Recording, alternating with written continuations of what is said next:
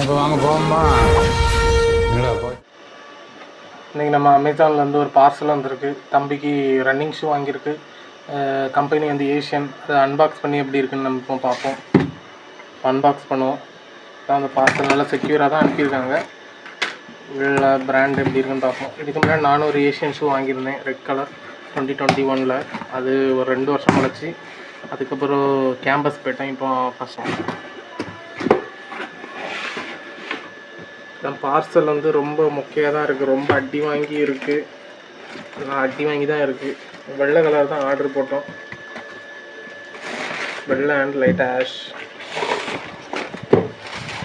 இப்போ டேமேஜ் இருக்கான்னு பார்ப்போம். ஷூ குவாலிட்டி பார்க்க ஃபீல் பண்ணால் லைட்டாக நல்லா தான் இருக்குது. நீ ரன்னிங் போகும்போது தான் தெரியும் அந்த குஷன்ஸ்லாம் எப்படி இருக்குது, கால் வலி வருமா, டோ பெயின் வருமா பார்க்கணும். இனி அவன் தான் ரிவ்யூ சொல்லலாம். போட்டு 1 வீக் ரிவ்யூ சொல்லலாம். 1 வீக் கேட்குறான்.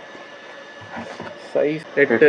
அவன் போட்டால் 8 தான் வந்திருக்கு. 8 தான் தெரியும். அது குஷன் இருக்கா இல்லைனா ஹார்டு மெட்டீரியலானு இனி தான் தெரியும். நான் ஜூம் பண்ணி காட்டுறேன் ஷூவை. பில்டோன்னு போட்டிருக்காங்க.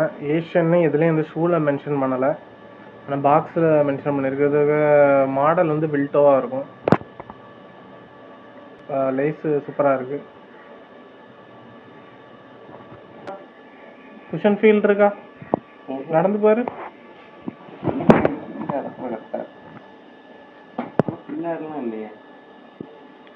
அது வாட மச்சதாமலும் உனக்கு தெரியும்.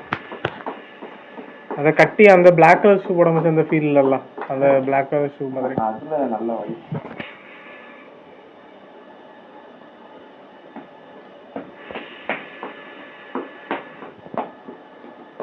ஸோ எங்கள் ஊரில் ஒரு புது ரன்னர் ரெடி ஆகிட்டு இருக்காரு.